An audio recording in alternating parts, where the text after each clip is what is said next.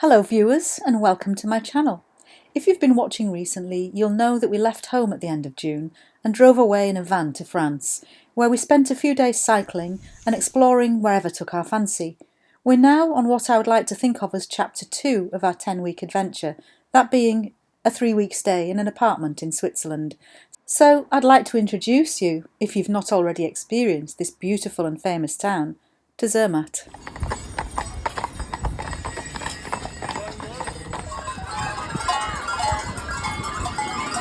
Zermatt, at our time of arrival in late June, had suffered some extreme weather conditions, the like of which only occur every 30 years or so. Flooding and extensive damage had rendered many of the footpaths and trails impassable due to rockfall, and the danger of further falling rocks meant that they had been closed. In addition, some summits were plastered with unseasonally heavy snowfall. Our own interest in the Weisshorn was soon curtailed when we discovered that all recent summit attempts had been unsuccessful, and at the time of our exploratory visit to the Weisshorn hut, we were informed that only 2 very determined climbers had managed to reach the summit using snowshoes. At that time, the Matterhorn was closed to any summit attempts too.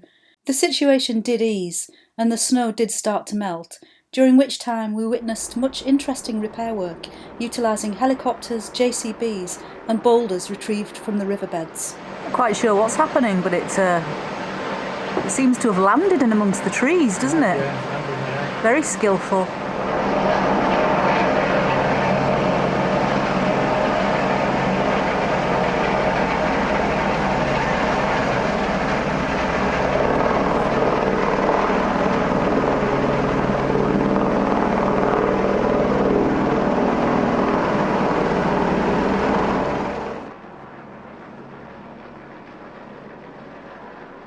Our main mission for Chapter 3 of this trip was to complete the Haute Route and the Tour de Monte Rosa, and I'll be sharing that particular adventure with you in the near future. But in the meantime, please do join us for Chapter 2. So firstly, as you may be aware, Zermatt is only accessible for most by either taxi or train from the nearby town of Tesch, being a traffic-free town, and our apartment was around 15 miles away, so we were more than happy to ride there.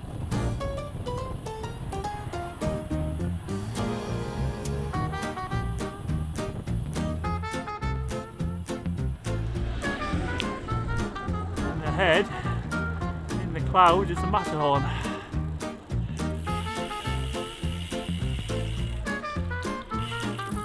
Once in the town, care must always be exercised, since in the height of summer it is bursting at the seams with tourists on foot, bicycle, horseback or on a tram.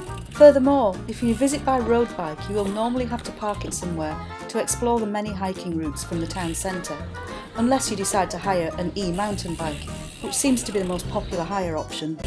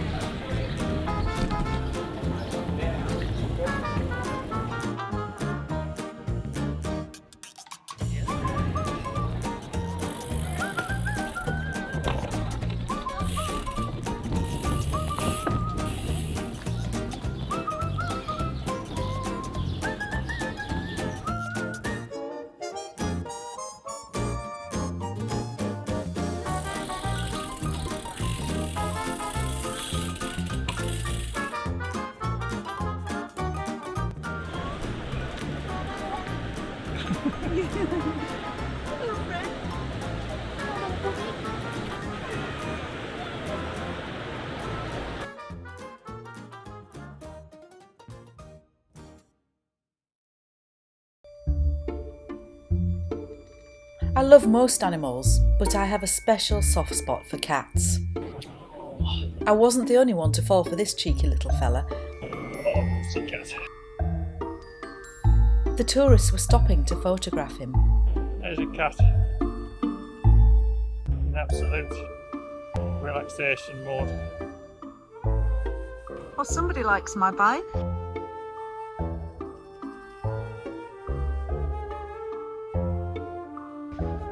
I hope you're not thinking of moving these bikes.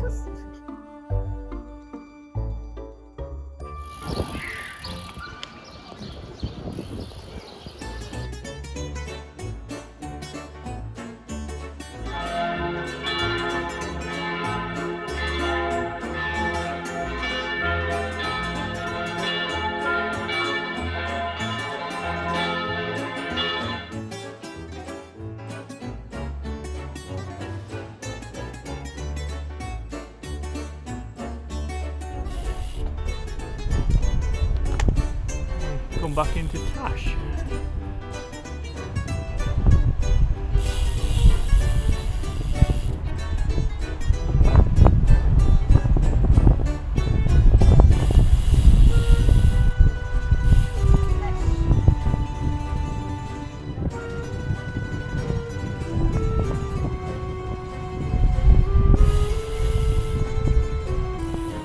After our ride, we then took the train and tried out Zermatt's 3-tier Via Ferrata. So stick around and I hope you enjoy it. That says the Clytus Stag is to the right, isn't it? Yeah. Or is that where we're headed? Yeah. But many paths are not possible. Well, there's somebody up there anyway, look, unless that's the path we're headed for.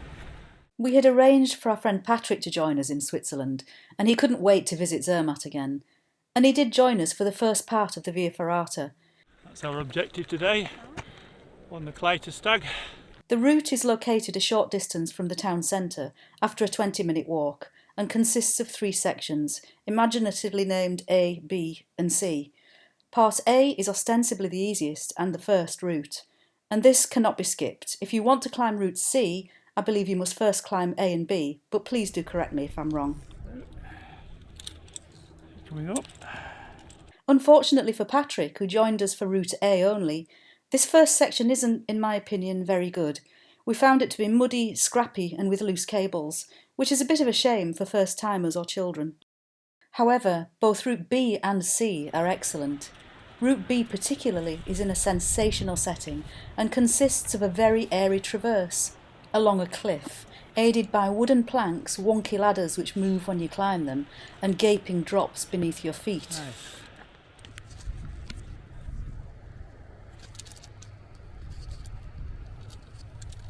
The very first move onto route B is the toughest move of the entire climb, and is briefly overhanging and strenuous. And here we are on route B, the Clytus Stag Zermatt. Once above this, the angle eases a bit, and you can simply enjoy the screaming exposure. I found myself concentrating quite hard.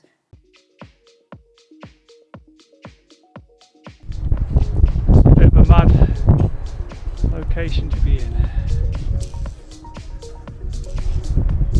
This is the next Via Ferrata. Headed up this place here. I found route C to be easier, wonderfully enjoyable and more relaxing if a little less exposed.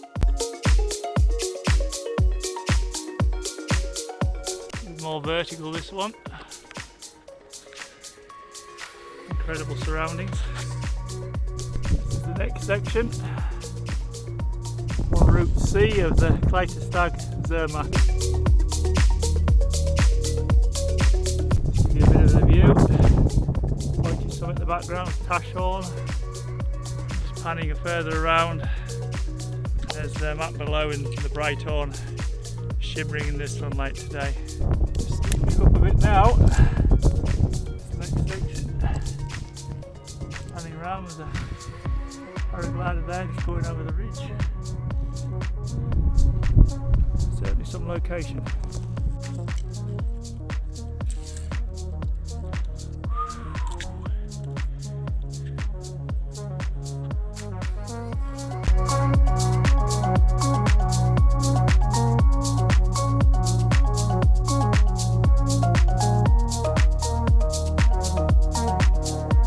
Wire ladder, quite a novelty. I've done one of these before. It seems going up.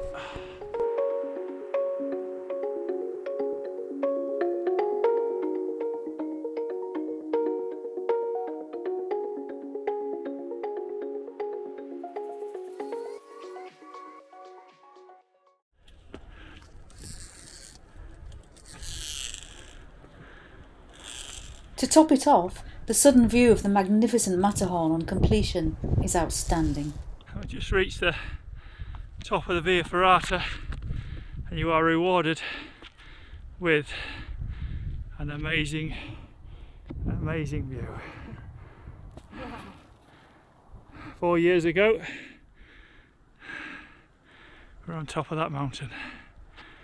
This year's a lot of snow on it. Incredible. Just pan you around to the bright horn, Pollux and Castor. And if I just keep coming around, Tashhorn and Dom, and then possibly over to the Nadelhorn. I think we'll probably see that one as well.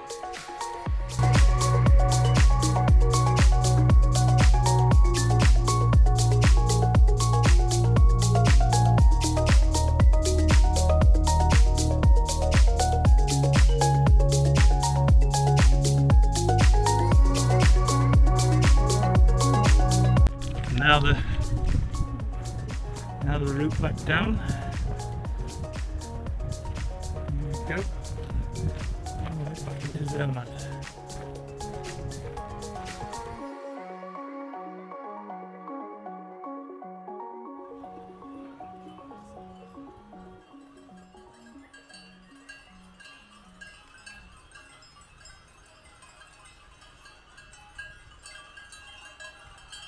I'm going to leave it here, enjoying a beer at 22 Summits with Dave, Patrick and several goats. Thank you for watching, and I hope you've enjoyed Zermatt. If so, please give this video a like, feel free to comment and click the subscribe button. We'll be back very soon in much thinner Swiss air. Until then, cheerio!